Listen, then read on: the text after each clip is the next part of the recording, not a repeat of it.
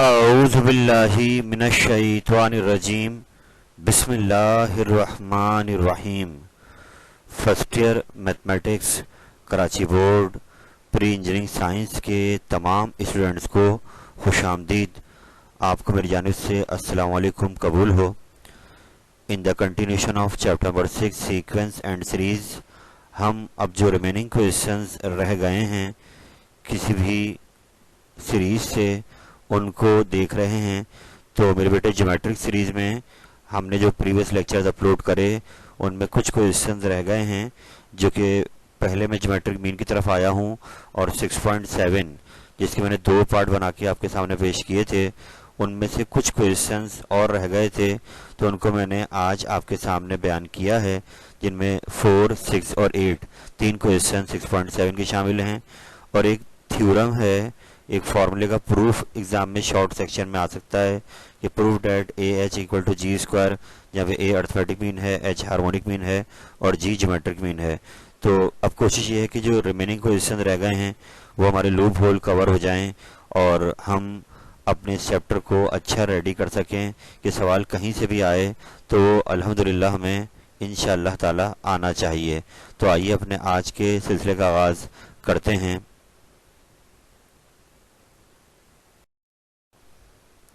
तो आइए बेटा काम को आगे बढ़ाते हैं। यहाँ पर आज के पैकेज का पहला सवाल आपको दिखाई दे रहा है जो कि 6.7 से आया है, और आपको ये सवाल देखकर याद आ गए होंगे कुछ क्वेश्चन कि हमने इसमें तीन नंबर्स फाइंड आउट करे थे जिनके सम और प्रोडक्ट की कंडीशंस हमें वहाँ पर 6.7 में दी गई थी। तो वहीं 6.7 में क्वेश्चन नंबर 4 भी था, लेकिन क्योंकि थोड़ा सा ये लेंदी लग रहा था तो मैंने उस टाइम पे आपको नहीं दिखाया, क्योंकि अब अल्हम्दुलिल्लाह आपने बाकी क्वेश्चंस कवर कर लिए हैं। तो मैंने ये सवाल भी आपको आज दिखाने जा रहा हूँ, या कि बुक का क्वेश्चन नंबर 4 है। और आइए अब इसको समझते हैं। काफ़ी हद तक ये वैसे ही सवाल है जैसे आपने इसके वो दो सवालात कवर किए थे जहाँ पे सम प्रोडक्ट वाली कंडीशन दी हुई थी और आपने तीन नंबर निकाले थे। तो आइए इस क्वेश्चन को पढ़ते हैं। सवाल ये कह रहा है कि तीन नंबर्स फाइंड आउट करें जो जीपी बना रहे हैं, जीपी में हैं, जिनका सम 19 है। तो ये जो सवाल किए थे उनमें भी एक सवाल में सम 19 आ रहा था, लेकिन अगली कंडीशन चेंज हुई है कि उन नंबर्स के अगर स्क्वायर्स लिए जाएं और फिर उनको सम किया जाए तो आंसर 133 आएगा। इस इंफॉर्मेशन को यूज़ कर कर हमें वो तीन नंबर फाइंड आउट करने हैं। तो आप परेशान ना हो, ये काफ़ी तक वैसे ही सवाल है। आइए सवाल को आगे बढ़ाते हैं। तीन नंबर्स की बात जब भी जीपी में आएगी तो आपने वो नंबर सपोज करे थे ए अपॉन आर, ए और ए आर। तो यहाँ भी इस सवाल में तीन नंबर्स की बात हो रही है, तो ये नंबर्स आपने सपोज कर लिए और इन पर अब दी हुई कंडीशंस को लगाकर इक्वेशंस बनाई जाएंगी। तो पहली कंडीशन क्या है कि इन नंबर्स का सम 19 है, तो इन तीनों को प्लस कर दिया गया, आंसर क्या आएगा 19। पहली कंडीशन लगाई गई। अब यहाँ पे ए कॉमन आ गया उल्टे हाथ पर, 1 और R plus 1 plus R equal 19। ये ब्रैकेट मल्टीप्लाई है, नीचे आके डिवाइड हो गया। हमारी कोशिश ये है कि यहाँ से ए की वैल्यू बन जाए इन टर्म ऑफ आर। तो उसके लिए डिवाइड में यानी डिनोमिनेटर में ब्रैकेट के अंदर एलसीएम लिया गया, आर एलसीएम आ गया तो 1 ऐसे ही आया, R 1 R plus R square. ये डिवाइड वाला आर जो था वो डिवाइड की डिवाइड में था, तो ये ऊपर जाके मल्टीप्लाई हो गया 19 के साथ। तो यूं ए की वैल्यू बन गई in term of R. I hope बात समझ में आ गई। सवाल थोड़ा थोड़ा लेंदी है, तो अब इसको एक एक फेज करके सॉल्व करें। पहला फेज ये कि हमने पहली कंडीशन जो सम की दी थी उससे ए की एक वैल्यू बना ली in the form of R. अब पहले इसको अच्छा रेडी करें। अब हम जाते हैं दूसरी कंडीशन पर। सवाल में दूसरी कंडीशन ये दी हुई है कि उन नंबर्स के स्क्वायर्स को अगर सम किया जाए तो आंसर आएगा 133। तो आए लगाते हैं कंडीशन कि हमने अब उन तीनों पे क्या लगा दिया स्क्वायर और उन तीनों को कर दिया प्लस, तो आंसर क्या आएगा 133। अब इसको सॉल्व करते हैं। तो अब यहाँ हमने ए स्क्वायर देख रहे हैं कॉमन आ रहा है, तो सब में से ए स्क्वायर कॉमन ले लिए तो 1 और R square plus 1 plus R square equal 133। अब जब यहाँ पहुँच गए तो हमने इक्वेशन 1 में ए की वैल्यू बनाई हुई है, तो वो लाकर इस स्टेप में रखी जाएगी। ए को हटाकर ए की value in term of R जो बनाई है वो लाके यहाँ रखेंगे। ए पे स्क्वायर आ रहा है तो इसमें भी क्या आ जाएगा स्क्वायर, बाकी सब ऐसे ही लिखा रहा। आगे बढ़ते हैं। आगे हमने क्या किया, स्क्वायर खोला तो 19 का स्क्वायर क्या होगा 361, आर पे स्क्वायर आ गया। नीचे इस पूरी जो डिनोमिनेटर था आपका इन सब पे क्या लग गया स्क्वायर, जबकि आगे हमने एलसीएम ले लिया इसका, आर स्क्वायर एलसीएम आ गया तो आर स्क्वायर बन R square to R square power 4 हो गई। और अब इस आर स्क्वायर से ये आर स्क्वायर कैंसिल हो जाएगा, 361 मल्टीप्लाई हो रहा है, नीचे आके क्या हो जाएगा डिवाइड, और यूं ये फ्रैक्शन बना दी हमने, न्यूमरेटर में खाली बचा है ये 1 plus R square plus R4 और नीचे इसका स्क्वायर बचा हुआ है। तो अब बढ़ते हैं आगे। अगला काम अब ये होने जा रहा है कि ऊपर न्यूमरेटर में हम होल स्क्वायर कंप्लीट करेंगे ताकि डिनोमिनेटर से कुछ कैंसिल हो। तो उसके लिए आप देखें तो a यानी कि 1 अपना स्क्वायर है और R4 R स्क्वायर का स्क्वायर है, यानी कि कॉर्नर्स पे जो स्क्वायर हैं बीच में सिर्फ 2ab चाहिए, उसके लिए 2 नहीं है। आर स्क्वायर तो है, सिर्फ 2 अगर यहाँ आ जाए तो हमारा ये स्क्वायर इसका कंप्लीट हो जाएगा। तो आपका पूरा ध्यान अब इस बात पर होगा कि यहाँ होल स्क्वायर कैसे बनेगा कि हमने आर स्क्वायर में एक और आर स्क्वायर प्लस कर दिया और उतना ही माइनस कर दिया, यानी न्यूमरेटर के अंदर हमने आर स्क्वायर प्लस कर दिया आर स्क्वायर माइनस, जिसका फायदा क्या हुआ कि हमारा आर स्क्वायर और आर स्क्वायर 2 आर स्क्वायर हो गए और यूँ यहाँ से लेकर यहाँ तक आपका होल स्क्वायर क्या हो जाएगा कंप्लीट। माइनस का आर स्क्वायर ऐसे ही आया, बाकी सब ऐसे लिखा हुआ है। तो हम स्क्वायर बंद कर देंगे तो ये बन गया आर स्क्वायर प्लस 1 का होल स्क्वायर, आगे माइनस का आर स्क्वायर ऐसे लिखा हुआ है, नीचे वाला ऐसे लिखा हुआ है। और अब अगले पेज पे जाएंगे, सवाल भी खत्म नहीं हुआ है, अभी तो हमें आर निकालना है। तो वहाँ फॉर्मूला खुल रहा है ए स्क्वायर माइनस बी स्क्वायर का, वो अगले पेज पे जाके खोलते हैं।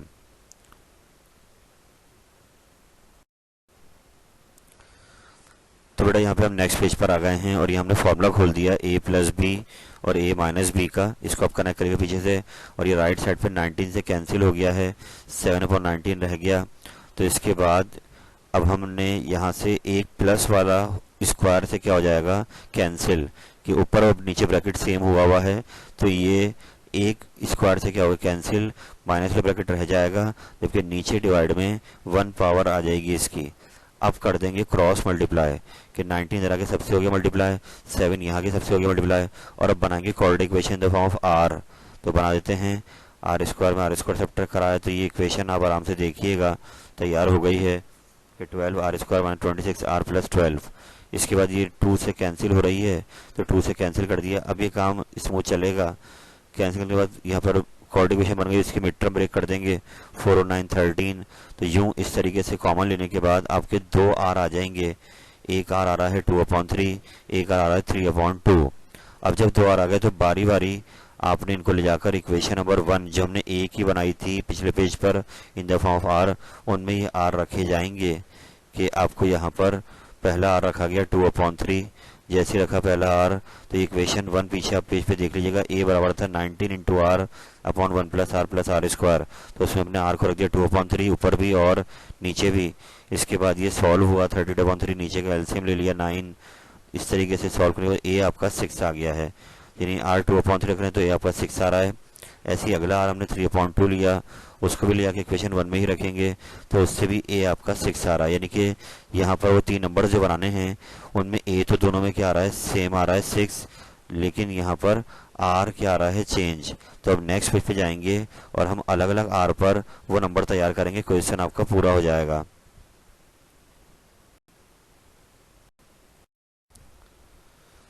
तो बेटा हमने यहाँ पर इस पेज पे जब आए हैं तो अपना ए तो 6 ही ले लिया, लेकिन पहला आर हमारा 2/3 आया था, जो नंबर हमने सपोज करे थे ए अपॉन आर उसमें गए, ए को रखा 6 आर को रखा 2/3, ये पर अगर रेसिप्रोकल हुआ तो ये ए अपॉन आर की वैल्यू 9 आ गई। तो फर्स्ट नंबर 9 आ गया है, अगर नंबर ए था तो वो 6 ही आ गया, तीसरा नंबर ए आर था तो वो आपका 4 आ गया है।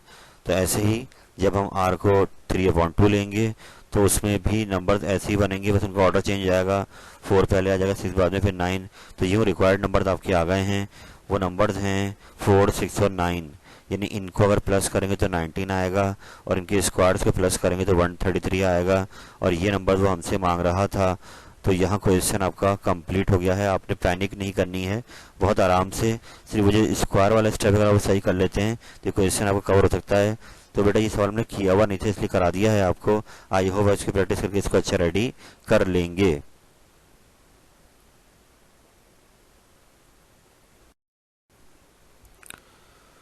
तो आइए बेटा आगे बढ़ाते हैं 6.7 के आज के सवालात को। तो इसमें एक क्वेश्चन मुझे और नज़र आया जिसका नंबर है 8।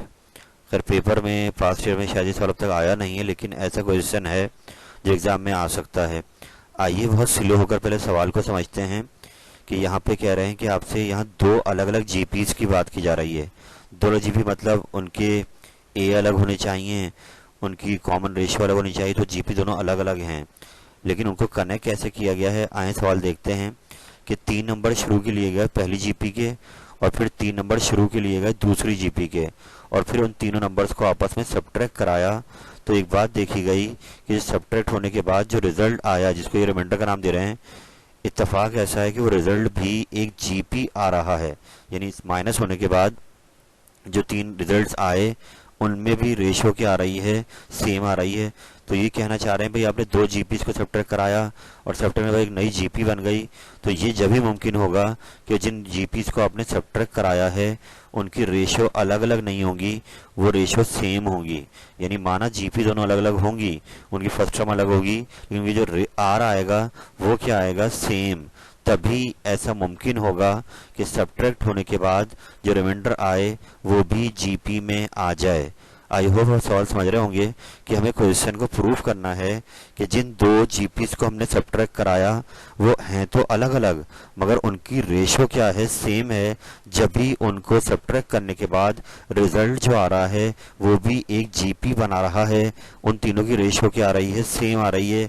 जो माइनस होने के बाद रिमाइंडर बना है वो तीनों जीपी में नंबर आ रहे हैं। तो ये सिर्फ जब ही मुमकिन होगा कि जिन जीपीज को आपने सब्ट्रैक्ट कराया वो अलग अलग तो हैं, मगर उनमें कॉमन बात क्या है कि उनकी रेशो सेम है। तो इस रिजल्ट को हमें प्रूफ करना है। आई होप आप मेरी बात को समझ गए होंगे। अब इसको हम करने जा रहे हैं। तो हमने यहाँ पे सपोज किए 3 नंबर 2 अलग अलग जीपी के, पहले फर्स्ट जीपी की बात हुई तो उसको हमने ए से शो कर दिया, ए AR1 AR1 स्क्वायर, क्योंकि यहाँ पे फर्स्ट जीपी की 3 टर्म लेनी है तो हमने रेशियो को R1 ले लिया इसके लिए। जबकि सेकंड जीपी के, क्योंकि वो जीपी अलग है तो उसकी फर्स्ट टर्म को हमने x ले लिया, तो XR2 स्क्वायर, क्योंकि रेशियो भी उसकी हमने अलग ली है, उसको R2 का नाम दे दिया। तो ये पहली 3 टर्म हमने 2 जीपीज की ले ली जिनकी रेशियो अलग अलग हैं, R1 और R2, और उनकी फर्स्ट टर्म भी अलग अलग हैं। लेकिन जो सवाल में बात दी गई वो ये दी गई कि जब इन 3 टर्म को सब्ट्रैक्ट कराया गया तो जो रिजल्ट आया है वो भी जीपी में आ रहा है। यानी माइनस कर सकते हैं, अब ए में से एक्स किया माइनस, ऐसे AR1 में से XR2 माइनस किया, AR1 स्क्वायर में से XR2 स्क्वायर माइनस किया। तो ये रिजल्ट जो आ रहा है, सवाल में कहा जा रहा है कि they are found to be in GP. It means अगर ये जीपी में है रिजल्ट तो जो बीच वाला है वो इनका जीएम होगा। यानी बीच में क्या आ रहा है, AR1 माइनस XR2, वो इनका दोनों का क्या होगा, जीएम होगा A माइनस एक्स का। और यहाँ कॉर्नर पे क्या है, AR1 square minus XR2 square. क्योंकि इसने खुद दिया हुआ है कि जीपी में है तो बीच वाला उनका लाजमी क्या होगा, जीएम। तो हम यहाँ पे क्या लगाएंगे, जीएम का फॉर्मूला। एज यून जीएम का फॉर्मूला क्या होता है कि √A × B। तो जीएम बीच में है तो ये बीच वाला इधर आ गया, AR1 माइनस XR2, और यहाँ रूट लग गया फॉर्मूले का, और इन दोनों कर दिया मल्टीप्लाई। अब इसको हम सॉल्व करेंगे और एट द एंड ये बात प्रूव करेंगे कि R1 और R2 अलग अलग नहीं हैं, बल्कि R1 और R2 क्या हैं, इक्वल हैं। तभी जो रिमाइंडर आया है ये जीपी में आएगा। तो आइए इसको देखते हैं कैसे करेंगे हम। कि हमने इसकी स्क्वायरिंग करी दोनों साइड पे, जब स्क्वायर करा तो रूट कैंसिल हो गया। इसके बाद होल स्क्वायर का फॉर्मूला खोल देंगे उल्टे हाथ पर, सीधे हाथ पे दोनों टर्म्स क्या हो रही हैं, मल्टीप्लाई ब्रैकेट हो रहे हैं। तो ये आराम से आप देखिएगा कि ब्रैकेट्स को मल्टीप्लाई किया जा रहा है, इसको आप खुद भी देख सकते हैं, ब्रैकेट मल्टीप्लाई हो रहे हैं। यहाँ होल स्क्वायर का फॉर्मूला खुल रहा है, ये आप खुद देखिए। अब सेम टर्म कैंसिल हो जाएंगी। फर्स्ट टर्म है A स्क्वायर R1 स्क्वायर, ये यहाँ से कैंसिल हो जाएगा। X स्क्वायर R2 स्क्वायर, ये यहाँ से कैंसिल हो जाएगा। तो अब रह जाएंगी आपके पास ये यहाँ पर जी। अगला काम ये कि माइनस 2x R1 R2 ऐसे लिख दिया, और सीधे हाथ पे 2 टर्म बची हैं, इनमें से माइनस AX कॉमन ले लिया तो ये दोनों प्लस में आ गई। अब माइनस AX से माइनस AX कैंसिल आउट हो गया, और अब यहाँ बच गया 2R1 R2 जो प्लस का बचेगा, क्योंकि माइनस कैंसिल हो गया है। तो वो 2R1 R2 हम राइट साइड पे ले आएंगे तो इधर आके क्या हो जाएगा, माइनस का, और यूं इनका होल स्क्वायर हो जाएगा कंप्लीट। ये बन जाएगा A माइनस B का होल स्क्वायर। अब इसका रूट ले लेंगे, जब रूट लेंगे तो स्क्वायर कैंसिल आउट, 0 का रूट 0 ही होगा, और एंड में रिजल्ट आ गया कि R1 इक्वल टू R2। यानी ऐसा तभी मुमकिन है कि रिमाइंडर भी माइनस करने के बाद जीपी में अगर आ रहा है तो सिर्फ एक ही बार मुमकिन ऐसा होगा कि वो जो प्रोग्रेशंस हैं वो माना अलग अलग हैं, उनकी जो कॉमन रेशियो है वो क्या आ रही है, इक्वल। तभी उनका जो सब्ट्रैक्ट करने का आंसर आ रहा है वो किस में आ रहा है, जीपी में आ रहा है। तो रिजल्ट यहाँ प्रूव हो गया है। आप इसको आराम से बार बार दोहराइए। हम चलते हैं आगे।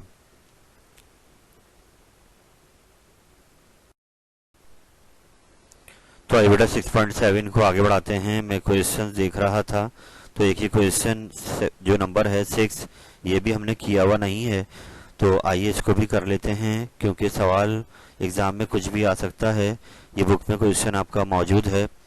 तो ये रिलेटेड है, एक हमने क्वेश्चन नंबर 4 करा था इसी एक्सरसाइज के अंदर, जहाँ पे हमने प्रोडक्ट बनाए थे G1 G2 G3 के, और वो आंसर आया था AB की पावर n/2।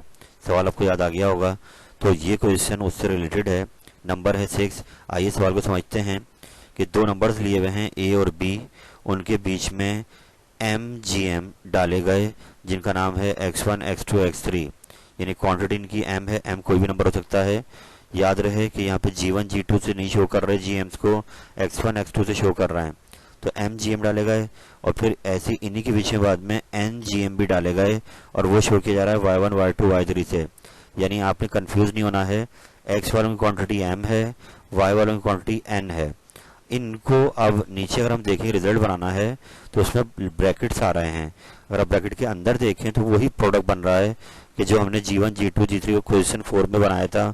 तो पहले हम वो प्रोडक्ट बनाएंगे x वालों का जो m तक जा रहे हैं, और फिर बनाएंगे प्रोडक्ट y वालों का जो n तक जा रहे हैं।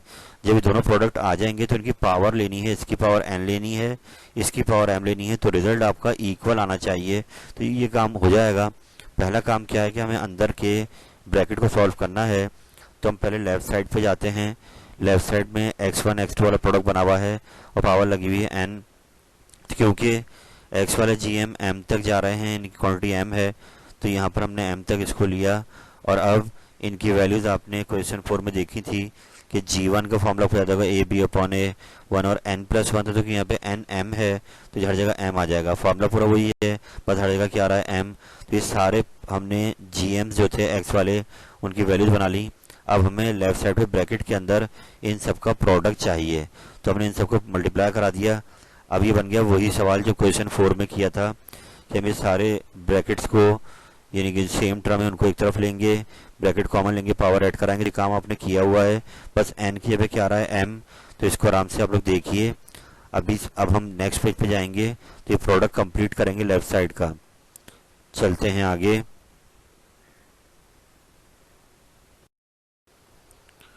तो आइए बेटा अपने प्रोडक्ट को कंप्लीट करेंगे कि लेफ्ट साइड पर जो एक्स वाले प्रोडक्ट आ रहे हैं GMs के, राइट साइड पे सारा वही काम हो रहा है जो हमने क्वेश्चन नंबर 4 में किया था कि सेम टर्म्स को कॉमन लेके पावर ऐड की जा रही है। ऊपर AP बन गई है, AP पे सम का लगाया गया फॉर्मूला, सम आ गया तो m+1 कैंसिल आउट हो गए।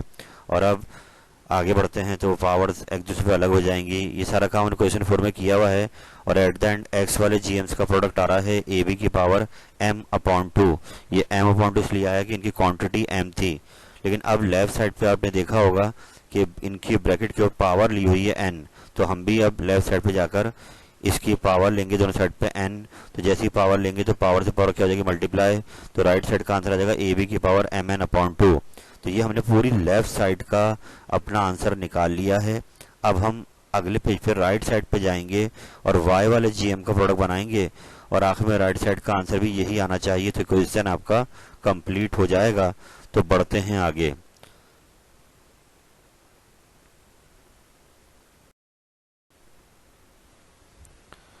तो बेटा आ जाए यहाँ पर हमने राइट साइड पर आ गए हैं। यहाँ पे y वाले GMs आ रहे हैं जिनके नाम y1 y2 y3 हैं, और ये n तक जा रहे हैं। ये ख्याल कीजिएगा, x वाले m तक जा रहे थे, ये n तक जा रहे हैं, तो यहाँ पे n के ही बराबर है। तो इनकी वैल्यूज हमने वही वाली वैल्यूज सारी हर जगह n आ जाएगा इसके अंदर। नाम इनके G1 G2 की बजाय y1 y2 लिए हुए हैं। फिर वैसे ही हमने लेफ्ट साइड प्रोडक्ट बनाना है। प्रोडक्ट बनाया, A वाले कॉमन लिए, उनकी पावर ऐड कराई, B वाले कॉमन लिए, पावर ऐड कराई। और ये काम आप कर चुके हैं क्वेश्चन 4 में। इसको कंप्लीट करते हैं नेक्स्ट पेज पर।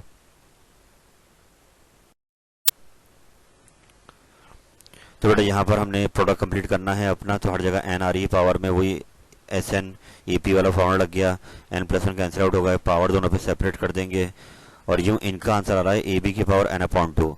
अब सवाल में y वाले प्रोडक्ट के ऊपर पावर m ली हुई है, तो हमने भी m पावर ली। जैसी m पावर में लगाई तो वो जाके इससे मल्टीप्लाई हो गई, और इसका आंसर भी वही आ रहा है AB की पावर n/2 mn/2। तो यूँ आप देख सकते हैं जो आंसर लेफ्ट का आ रहा था वही आंसर राइट का आ रहा था। क्वेश्चन यहाँ पे कंप्लीट हो गया। अब इसको आराम से देखिए।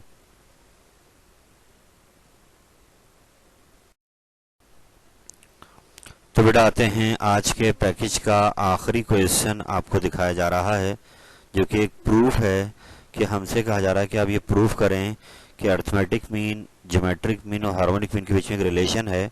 वो रिलेशन ये है कि ज्योमेट्रिक मीन उनके दरमियान में आएगा और वो खुद उनका जीएम होगा अर्थमेटिक और हार्मोनिक का। आपने परेशान नहीं होना है। मैं पहले तो यहाँ पे समरी कर दूं बात की, क्योंकि हम पूरे चैप्टर 6 पढ़ चुके हैं। तो ये रिजल्ट मेरा याद रखिएगा, आपके जब भी दो नंबर्स के दरमियान में आप तीनों मीन निकालेंगे तो सबसे बड़ा आंसर किसका आएगा? अर्थमेटिक मीन का आएगा। फिर उससे छोटा आंसर किसका आएगा? ज्योमेट्रिक मीन का आएगा। और सबसे छोटा आंसर किसका आएगा? हार्मोनिक मीन का आएगा। तो यानी हम कहना ही चाह रहे हैं कि अगर एम, जीएम और एचएम को कंपेयर किया जाए तो जीएम का आंसर दरमियान में होगा, यानी वो सबसे बड़ा भी नहीं होगा, सबसे छोटा भी नहीं होगा। तो अगर दरमियान में है तो ये खुद जीएम है इन दोनों का। यानी हम कहना ही चाह रहे हैं कि इन तीनों को अगर देखा जाए तो इनकी जीपी बन रही है, इनकी रेशियो क्या आनी चाहिए? सेम, कि second term one first term या third term one second term ये इक्वल आना चाहिए। तो ये रिजल्ट हमें आज प्रूव करना है कि थ्योरम ये है कि A H equal to G square, ये रिजल्ट हमें प्रूव करना है। तो अगर ये रिजल्ट प्रूव हो जाता है तो आपका जी इनका जीएम बन जाएगा ए और एच का। तो आई होप बात समझ में आपको आ गई होगी कि अगर ये सवाल आ जाता है एग्जाम में तो बहुत ही आसान सवाल है। आपने इसके बाद प्रूफ में जो काम सिखाया जाएगा वो वहाँ लिखना होगा। यहाँ पे एम को ए से शो किया हुआ है, जीएम को जी से और एचएम को एच से। तो आए अपने काम का आगाज करते हैं कि सबसे पहले हम क्या काम करेंगे कि हमने वही नाम दे दिए A M, G M, H M को ए, जी और एच। और अब तीनों के फॉर्मूला आपने पढ़े हुए हैं। अर्थमेटिक मीन का फॉर्मूला है A plus B upon two, geometric mean का फॉर्मूला है plus minus under root A B, harmonic mean का फॉर्मूला है two A B upon A plus B. तो इट मीन्स अब ये तीनों फार्मूलाज को यूज कर ये रिजल्ट को प्रूफ करना। तो अब लेफ्ट साइड पे देखो तो अर्थमेटिक मीन और हार्मोनिक मीन मल्टीप्लाई हो रहे हैं। तो हम ए और एच को कर देंगे मल्टीप्लाई। ए और एच को मल्टीप्लाई किया जा रहा है तो ए की वैल्यू आ गई अर्थमेटिक मीन की, यहाँ गई हार्मोनिक मीन की। A plus B, C plus B cancel, two से टू कैंसिल, तो ए इंटू एच का आंसर आ गया ए इंटू बी, सिर्फ ये रह गया। अब हमें इसको जी स्क्वायर के इक्वल लाना है तो हम अपने पास से एक काम कर सकते हैं कि प्लस माइनस रूट लगा सकते हैं अंदर और होल पे स्क्वायर, यानी अगर ये स्क्वायर अप्लाई कर दिया तो ये कट जाएगा रूट और आंसर बनेगा वही जो ऊपर लिखा हुआ है। लेकिन इसको लिखने का फायदा क्या होगा? ये प्लस माइनस रूट भी पूरा जी के बराबर है। तो हम इसको हटा के क्या कर देंगे? जी लिख देंगे और ऊपर जी पे स्क्वायर आ रहा है। तो ये रिजल्ट आप देखें प्रूव हो गया है कि ए एच इक्वल है किसके? जी स्क्वायर के। जिससे आप इनकी रेशियो भी बना सकते हैं कि एक जी आप एच के नीचे कर दें और ए आप जी के नीचे कर दें। तो जी अपॉन ए, यहाँ देखें G upon A second term upon first term ये रही, equal to H upon G third term upon second term, third term upon second term ये रही। तो इट मीन्स ये रेशियो इनकी क्या आ रही है? सेम। तो हम सकते हैं कि ए, जी और एच जीपी में हैं क्योंकि इनकी रेशियो क्या आ गई हैं? इक्वल। बस इतना सा काम आपको लिखना होगा जो प्रूफ के लिखा हुआ है। अब इस सवाल को याद कर लें ताकि थ्योरम अगर आ जाता है तो आप इसको कर पाएं।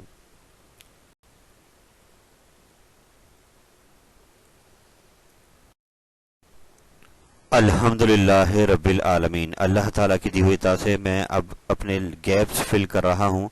जो सवाल हमने चैप्टर 6 में छोड़ दिए थे उनको कवर कर रहे हैं। और आई होप आप बात समझ रहे होंगे कि सवाल एग्ज़ाम में वही आ जाता है जो हमने छोड़ दिया होता है, इसलिए आप इसको रेडी कर लें। और मैं चाहता हूं कि आपका पेपर बहुत ही अच्छा हो और जितना प्रेशर आपको लेना है वो अभी लेकर अपने आने वाले टाइम को आसान कर दें कि आप कह सकें कि मैंने चैप्टर 6 का एक एक क्वेश्चन किया हुआ है और मैं बिल्कुल परेशान नहीं हूं कि एग्ज़ाम में जो भी सवाल आएगा इंशाअल्लाह ताला मैं उसको कर लूँगा। तो इस उम्मीद के साथ कि आप आज के पैकेज से भरपूर फ़ायदा उठाएंगे। अल्लाह ताला आपका हमें नासिर हो। फ़ी अमानिल्लाह। अल्लाह हाफिज़।